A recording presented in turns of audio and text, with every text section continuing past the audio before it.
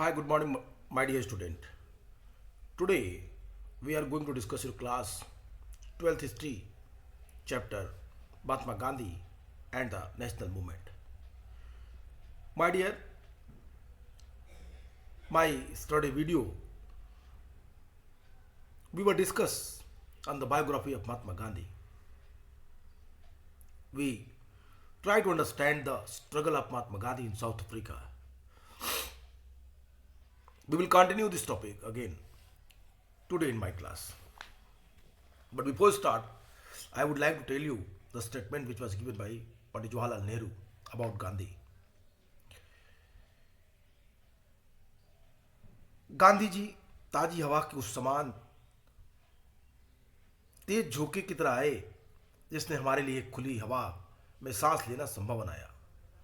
वे प्रकाश की उस किरण की तरह आए जो अंधकार में बैठ गई और जिसने हमारी आंखों के सामने पर्दे को हटा दिया। वे उस बवंडर की तरह आए जिसने बहुत कुछ को विशेषकर श्रमिकों के दिमाग में को उलट पुलट दिया। कहने का तात्पर्य ये कि किस तरीके से गांधी जी ने भारत के हर वर्ग के लोगों को प्रभावित किया। गांधी जी ने समाज के निम्न तबके से लेके एलिट क्लास तक के लोगों को अपने क्रियाकलापों से राष्ट्रीय आंदोलन की तरफ मोड़ दिया। पंडित जवाहरलाल नेहरू के बारे में मैंने आपसे कहा था कि लंबी लड़ाई उन्होंने दक्षिण अफ्रीका में लड़ी। 21 साल तक वो रहे और फिर वो इंडिया आए। इंडिया आने के पहले दक्षिण अफ्रीका में उनके कार्यों की बात पे चर्चा हम करेंगे, लेकिन हमने आपसे कल ये भी कहा था कि जब वो भारत आए तो गोपाल कृष्ण गोखले के विचारों ने गांधी जी को सर्वाधिक प्रभावित किया। गोपाल कृष्ण गोखले उनके पॉलिटिकल टीचर के रूप में गांधी जी ने उनको स्वीकार किया और कालांतर में गोखले को गांधी जी ने अपना आदर्श माना, राजनीतिक गुरु माना। जिस समय गांधी जी भारत आए उस समय प्रथम विश्व युद्ध चल रहा था। उन्होंने सरकार के युद्ध प्रयासों में मदद की, जिसके लिए सरकार ने उन्हें कैसरे हिंद की उपाधि या सम्मान से सम्मानित किया।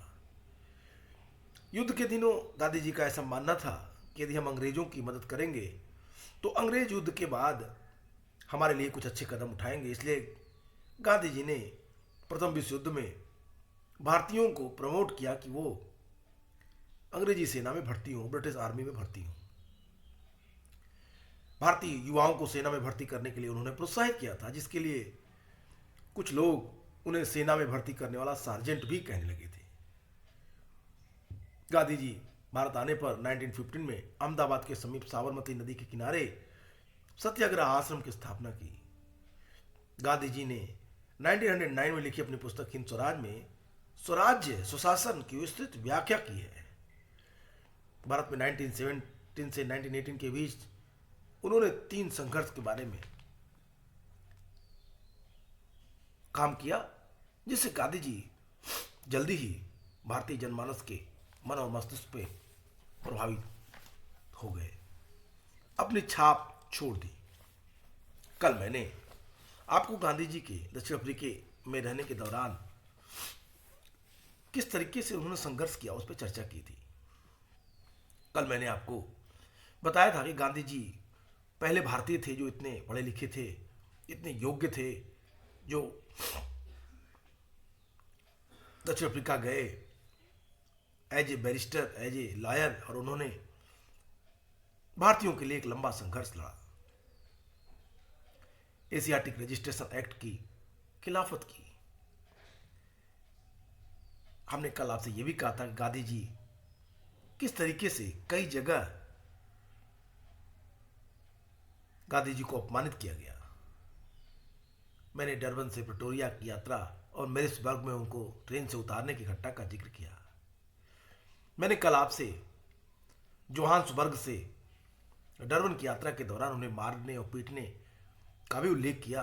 उन्हें ड्राइवर के साथ बैठने, ट्रेन में यात्रा करने के लिए विवश होने पर मजबूर होने की बात की। मैंने आपसे कल ये भी बताया कि किस तरीके से गांधी जी, जब उन्हें ट्रेन से उतार दिया गया था तो वो होटल में गए और उन्हें होटल में भी कमरा नहीं दिया गया। उनके साथ रेशियल डिस्क्रिमिनेशन के आधार पे उन्हें न रूम मिला, ना ही क्लास 1 में वो यात्रा कर पाए, और ये सारी चीजें गांधी जी के मन और मस्तिष्क में बैठ गई थी। इसीलिए गांधी जी ने अपना विरोध प्रकट करते हुए नटाल एडवर्टाइजर को एक चिट्ठी में लिखा कि क्या यही क्रिश्चियनिटी है, क्या यही ईसाइयत है, यही मानवता है, यही न्याय है, इसी को सभ्यता कहते हैं। और उन्होंने ब्रिटिश गवर्नमेंट की, जो दक्षिण अफ्रीका में काम कर रहे थे, उसकी आलोचना की। गांधी जी की दक्षिण अफ्रीका में ज़्यादा दिन रहने की योजना नहीं थी, फिर भी उन्होंने प्रिटोरिया में भारतीयों के अंदर स्वाभिमान की भावना जगाई और रेशियल डिस्क्रिमिनेशन के अगेंस्ट, रंग भेद के खिलाफ आह्वान किया। कल मैंने इन सारी चीजों पे विस्तार से चर्चा की थी। दक्षिण अफ्रीका में गांधी जी का अनुभव एक मामले में अनोखा था। इंग्लैंड में वो पढ़े थे, इंग्लैंड से बैरिस्ट्री की परीक्षा उन्होंने पास की थी, और गांधी जी की इस पढ़ाई ने गांधी जी को अपने अधिकारों को हक से मांगने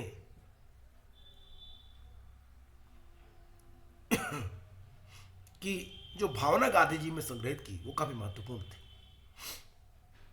गांधी जी की उपाधि पाने के कारण, लॉयर बैरिस्टर बनने के कारण, गांधी जी ने कई चीजें बतौर हक मांगी, जैसे ट्रेन में पहले दर्जे का टिकट, होटल में ठहरने के लिए कमरा। उनमें पहले दक्षिण अफ्रीका का कोई भारतीय इस तरह की बात अंग्रेजों से नहीं कर सका था।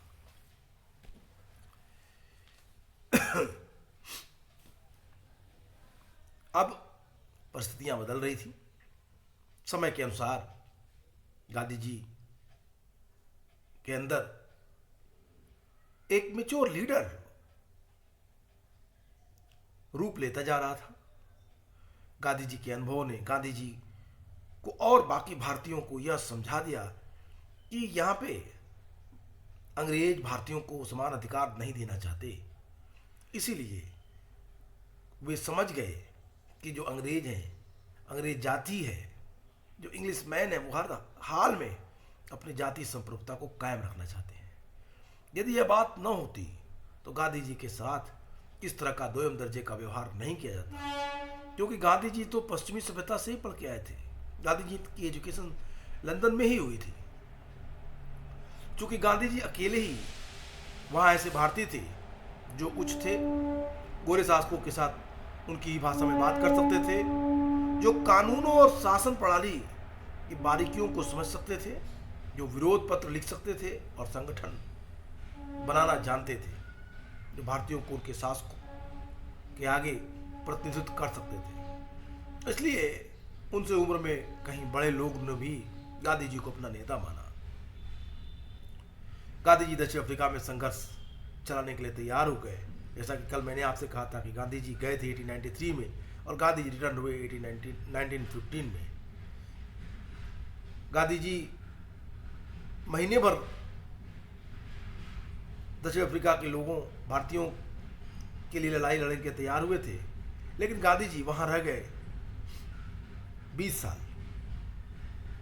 25 ईयर उनकी एज थी जब वो दक्षिण अफ्रीका गए थे, और जब वो दक्षिण अफ्रीका से रिटर्न हुए तो उनकी एज 45 थी। समय के अनुसार गांधी जी में परिपक्वता, मैच्योरिटी आती गई।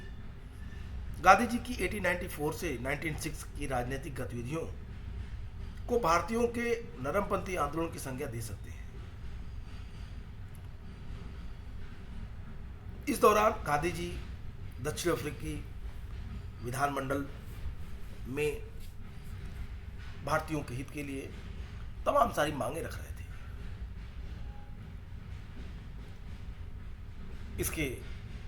इसी दौरान दक्षिण अफ्रीकी विधानमंडल तथा लंदन में जो कॉलोनी थी, उपनिवेशों का काम देखने वाले जो होम सेक्रेटरी थे, और ब्रिटिश संसद को गांधी जी समय समय पर अपने याचिकाएं भेजते रहते थे। वे समझते थे कि यदि ब्रिटिश सरकार की सच्चाई का पता चल जाएगा तो हो सकता है कि ब्रिटिश गवर्नमेंट का दिल पिघल जाए और भारतीयों के लिए वो कुछ अच्छे काम करे। गांधी जी विभिन्न भारतीय समुदायों को संगठित करने के लिए और उनकी मांगों का खूब प्रचार करने का लगातार प्रयास करते रहे। इसके लिए उन्होंने नटाल भारतीय कांग्रेस का गठन किया और इंडियन ओपिनियन नामक अखबार निकाला। इसका जिक्र मैं पहले भी कर चुका हूं। मैंने आपसे कहा था कि गांधी जी ने दक्षिण अफ्रीका में नटाल इंडियन कांग्रेस की स्थापना की 1894 में, और वहां पे 1909 में टॉलस्टॉय फार्म की भी स्थापना की। इंडियन ओपिनियन नामक पत्र निकाला तथा 1904 में फिनिक्स आश्रम की स्थापना की। दक्षिण अफ्रीका में उनके आंदोलनों के कारण दक्षिण अफ्रीकी सरकार द्वारा 1914 में अधिकांश जो भारतीयों के खिलाफ कानून बने थे उनको ब्रिटिश गवर्नमेंट ने समाप्त कर दिया। अब देखते हैं कि किस तरह से दक्षिण अफ्रीका में ये कानून समाप्त हुए। इन चीज़ों पे व्यापक चर्चा करते हैं।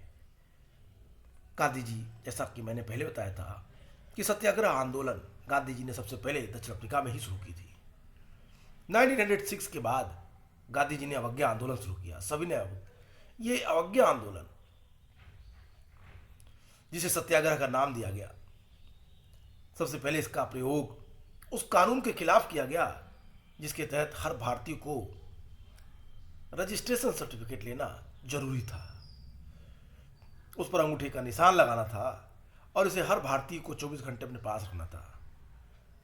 11 सितंबर 1906 में जोहान्सबर्ग के एम्पायर थिएटर में भारतीयों की विशाल सभा हुई, जिसमें एक सुर में सभी ने इस कानून को मानने से इनकार कर दिया। 27 लोगों पे मुकदमा चला, लेकिन मुकदमा के बाद भी आंदोलन को दबाया न जा सका। अंग्रेजों ने अपनी डिप्लोमेटिक पॉलिसी का इस्तेमाल किया, कुटिल नीति चली। उन्होंने गांधी जी को वार्ता के लिए बुलाया और कहा कि यदि आप स्वेच्छा से इस रजिस्ट्रेशन को स्वीकार कर लें तो हम ये कानून हटा देंगे। गांधी जी ने उनकी बात मान ली, लेकिन अंग्रेजों ने गांधी जी को चीट किया। अंग्रेजों ने कहा कि जो लोग स्वेच्छा से इस पे सिग्नेचर कर ले रहे हैं, ये स्वेच्छा से सिग्नेचर करने वाले के लिए कानून की तरफ बना दिया। कहने का तात्पर्य यह है कि जब गांधी जी ने यह बात मान ली कि खुद वो अपना रजिस्ट्रेशन कराएंगे, लेकिन सरकार जब उनके साथ एक चाल चली, कानून वापस नहीं लिया और सरकार के अधिकारियों को आदेश दिया कि स्वेच्छा से पंजीकरण को कानून के तहत स्वीकार कर लिया जाए, भारतीयों के लिए बहुत अपमानजनक था।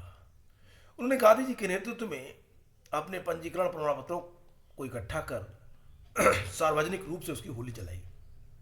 इसी बीच सरकार ने एक कानून बनाया जिसका मकसद, जिसका उद्देश्य प्रवासी भारतीयों को दक्षिण अफ्रीका आने से रोकना था। इस कानून का विरोध करने के लिए अनेक वरिष्ठ भारतीय नटाल से ट्रांसवाल चले गए। उन्हें गिरफ्तार कर लिया गया।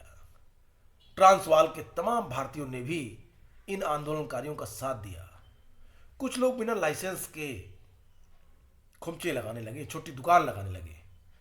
जिन व्यापारियों के पास लाइसेंस थे भी, उन्होंने इसे दिखाने से इनकार कर दिया। इन लोगों को भी जेल भेज दिया गया। गांधी जी भी 1908 में जेल चले गए। 1908 में जेल में अन्य भारतीयों की तरह उन्हें भी तरह तरह की यातनाएं दी गई, परेशान किया गया। अब इतनी जातियों के बाद भी गांधी जी ने भारतीयों के हित में लड़ने से अपना मुंह नहीं मोड़ा। जब गांधी जी 98 में जेल गए, जेल में उन्हें तरह तरह की यातनाएं दी गई, उन्हें कठोर मेहनत करने को बाध्य किया गया, लेकिन जेल के सलाखें, शिकंजे गांधी जी के इस प्रतिरोध को दबा न सके और सरकार मजबूर होकर भारतीयों को देश से निकालने लगी।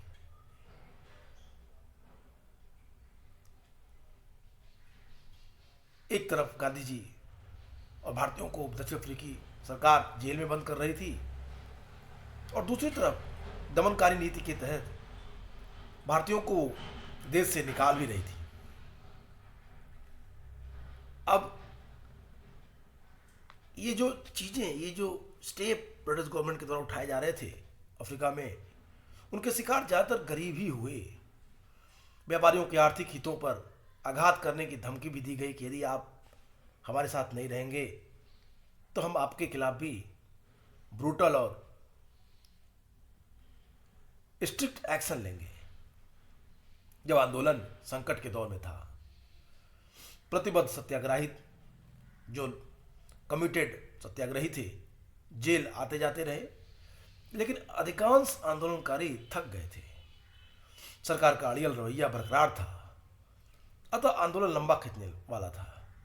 1909 में लंदन में अंग्रेज अधिकारियों से गांधी जी की मुलाकात का कोई खास नतीजा भी नहीं निकला। सत्याग्रहियों के परिवार के भरण पोषण के लिए इकट्ठा किया गया कोष भी धीरे धीरे खत्म होता जा रहा था। 1906 के बाद गांधी जी की वकालत भी लगभग बंद हो गई थी। इन सब हालत को देखते हुए गांधी जी ने टॉलस्टॉय फार्म स्थापित किया। अपने जर्मन दोस्त शिल्पकार कॉलिन बाख की मदद से सत्याग्रहियों के परिवार को पुनर्वास की समस्या सुलझाई और उनकी रोजी रोटी का इंतजाम किया। बाद में यही टॉलस्टॉय फार्म गांधी आश्रम बना, जिसके बारे में मैंने कहा कि टॉलस्टॉय फार्म जो 1909 में स्थापित हुआ था, वो उन गरीब भारतीय मजदूरों के लिए आश्रय बना जिनके सब कुछ नष्ट हो चुके थे इस आंदोलन में। भारत ने भी काफी पैसा भेजा दक्षिण अफ्रीका में भारतीयों के हित के लिए। राजनीतिक आंदोलन चले, इसमें सहयोग के लिए भारतीय उद्योगपतियों ने खूब दान दिए। रतन टाटा ने 25,000 रुपए भेजे थे। कांग्रेस, मुस्लिम लीग और निजाम हैदराबाद ने भी मदद की। 1911 में सरकार और भारतीयों के बीच एक समझौता हुआ, पर यह 1912 तक ही चला। इस बीच गोखले ने दक्षिण अफ्रीका का दौरा किया। सरकार ने उन्हें अपना मेहमान माना और आश्वासन दिया कि भारतीयों के प्रति भेदभाव बरतने वाले सारे कानून समाप्त कर दिए जाएंगे। मगर अंग्रेजों का यह प्रॉमिस भी पूरा नहीं हुआ, यह वादा भी अंग्रेजों ने पूरा नहीं किया और 1913 में फिर सत्याग्रह आंदोलन छिड़ गया। इस बार सत्याग्रह का दायरा काफी बड़ा था। इकरारनामे की अवधि खत्म होने पर भी दक्षिण अफ्रीका में बसे भारतीयों पर 3 पाउंड का कर लगा दिया गया। इसके खिलाफ भी सत्याग्रह आंदोलन दक्षिण अफ्रीका में चले। भारतीय मजदूरों में ज्यादातर गरीब थे और बमुश्किल 1 महीने में 10 शिलिंग कमा पाते थे। 3 पाउंड का कर उनके लिए बहुत ज्यादा था। जब इसके खिलाफ सत्याग्रह शुरू हुआ तो लगभग सारे भारतीय इसमें शामिल हो गए और सत्याग्रह सही मायने में, सत्याग्रह को अगर कहें तो सही मामलों में सत्याग्रह यहाँ पे सफल हुआ दक्षिण अफ्रीका में, क्योंकि इसमें लगभग सारे भारतीय जो दक्षिण अफ्रीका में थे वो इस आंदोलन में सम्मिलित हुए। इसी बीच सुप्रीम कोर्ट के एक फैसले ने आंदोलन की आग में घी का काम किया।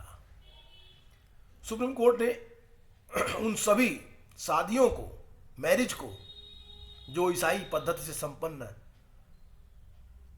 हुई थी और जिनका पंजीकरण नहीं हुआ था, अवैध ठहरा दिया, इलीगल मान लिया। या ऐसे कहें कि सुप्रीम कोर्ट ने क्लियर कहा कि जो शादियां क्रिश्चियन मेथड से नहीं की गई हैं, ईसाई पद्धति से नहीं की गई हैं, उनका रजिस्ट्रेशन नहीं कराया गया है, वो सभी शादियां अफ्रीका में इनवैलिड है, इलीगल है, असंवैधानिक है, अवैधानिक है। तो ये बात जो कोर्ट ने कही, इस कानून के तहत हिंदू, मुस्लिम, जुडिस्ट, पारसी सभी के रीति रिवाजों से संपन्न की गई शादियां अफ्रीका में अवैध हो गई और उनकी संतानें भी अवैध हो गए। भारतीयों ने सिर्फ इस फैसले को बहुत अपमानजनक समझा और उनके भारतीय महिलाएं भी सत्याग्रह आंदोलन में शरीक हो गईं। अभी सत्याग्रह में सिर्फ भारतीय मजदूर ही थे, भारतीय आदमी मतलब इंडियन मेंस उसमें पार्टिसिपेट कर रहे थे। लेकिन इस मैरिज एक्ट ने, जो सुप्रीम कोर्ट ने डिसीजन में कहा कि अगर ईसाई पद्धति से शादी नहीं की गई तो न केवल शादी अवैध हो जाएगी बल्कि उनसे उत्पन्न बच्चे भी अवैध माने जाएंगे, जिसका तीव्र विरोध करते हुए महिलाएं भी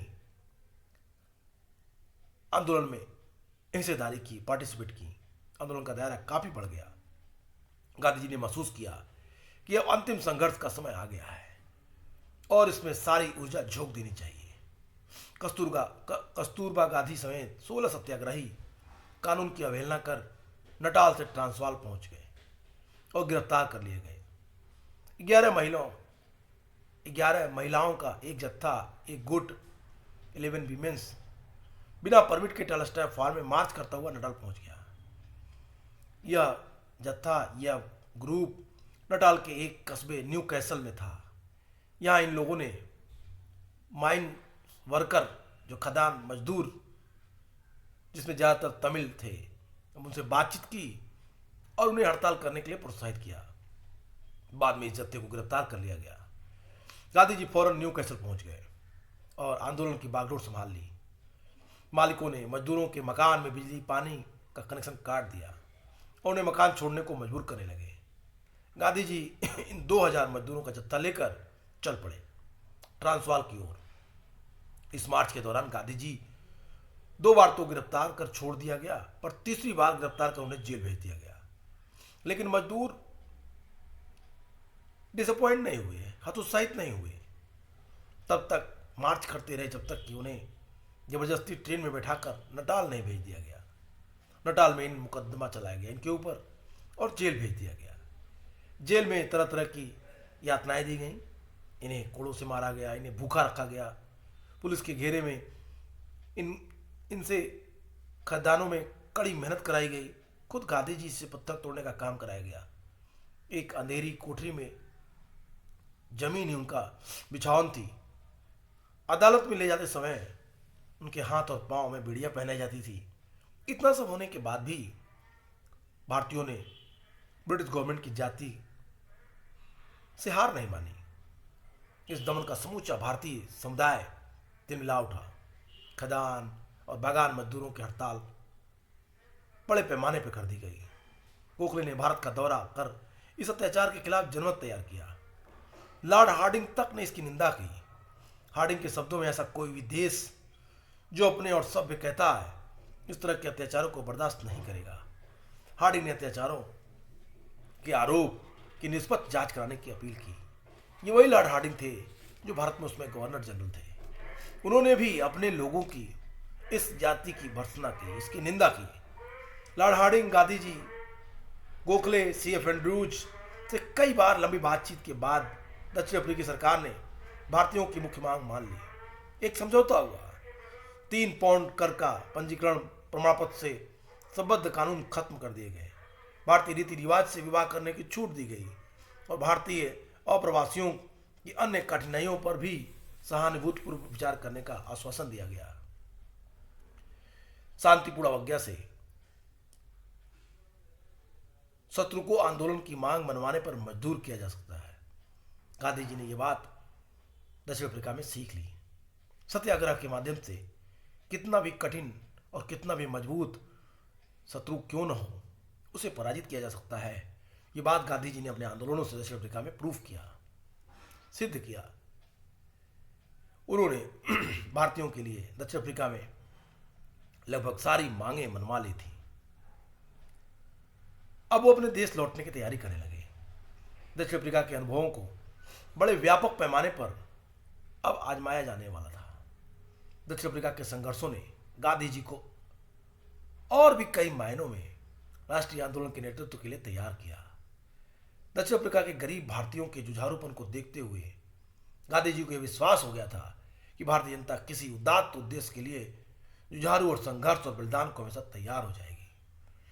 गांधी जी ने देखा था कि भारतीय किस तरीके से अपने अधिकारों के लिए लड़ाई लड़ सकते हैं और भारतीय जनता किस उदात्त उद्देश्य के लिए किस तरह से संघर्ष कर सकती है। गांधी जी ने दक्षिण अफ्रीका में अनेक समुदाय, धर्मों, संघ के लोगों का नेतृत्व किया था। उनके समर्थक हिंदू, मुसलमान, ईसाई, पारसी सभी थे। ये लोग देश के विभिन्न हिस्सों से आए थे, सामाजिक हैसियत से अलग अलग थे, अमीर भी थे, गरीब भी थे, पुरुषों के साथ साथ महिलाएं भी थीं। दक्षिण अफ्रीका में गांधी जी का यह अनुभव भी हो गया था कि आंदोलन का नेतृत्व करने वालों को समर्थक व विरोधी, दोस्त दुश्मन दोनों के आक्रोश का सामना करना पड़ता है। दक्षिण अफ्रीका में 2 बार गांधी जी का जीवन खतरे में पड़ा था। 1896 ये टाइम डरबन में एक गोरे नागरिक की एक भीड़ ने उन्हें सड़क पर घेर लिया। गांधी जी किसी तरह से जब अपने घर पहुंचे तो उनका घर घेर लिया गया। गोरे लोगों ने गांधी जी के जान लेने पे उतारू थे, उनकी हत्या करने पे उतारू थे। गांधी जी किसी तरह से बच के निकले। इस तरह एक बार भारतीय पठान ने उन पर हमला कर दिया। वो गांधी जी से इसलिए नाराज था क्योंकि गांधी जी ने सरकार से एक समझौता कर लिया था। इन घटनाओं ने गांधी को ये सबक दिया कि नेताओं को कई बार सख्त निर्णय करने पड़ सकते हैं, ऐसे निर्णय जो उनके समर्थकों को भी पसंद नहीं आएंगे। दक्षिण अफ्रीका में गांधी जी को विरोध और विरोधी राजनीतिक धाराओं से उन्मुक्त वातावरण में एक विशिष्ट राजनीतिक शैली, नेतृत्व करने के लिए अंदाज और संघर्ष के लिए तरीकों को विकसित करने का मौका मिला। फलस्वरूप वो गांधीवादी रणनीति व संघर्ष के तरीकों की खामियां और मजबूतियां दोनों को ही अच्छी तरह जान गए थे। उन्हें विश्वास हो गया कि ये सबसे बेहतर है। अब उनके सामने चुनौती थी इस रणनीति को भारतीय राजनीति की भूमि पर आजमाना। गांधी जी एक तरह से मैच्योर लीडर के रूप में दक्षिण अफ्रीका से तैयार होकर आ रहे थे। अब इस दौरान गांधी जी ने कई सारी अनुभवों को इकट्ठा किया। उन्होंने प्रॉपर स्ट्रेटजी बनाई और भारत में उसको इंप्लीमेंट करने की सोची। आज के लिए इतना ही।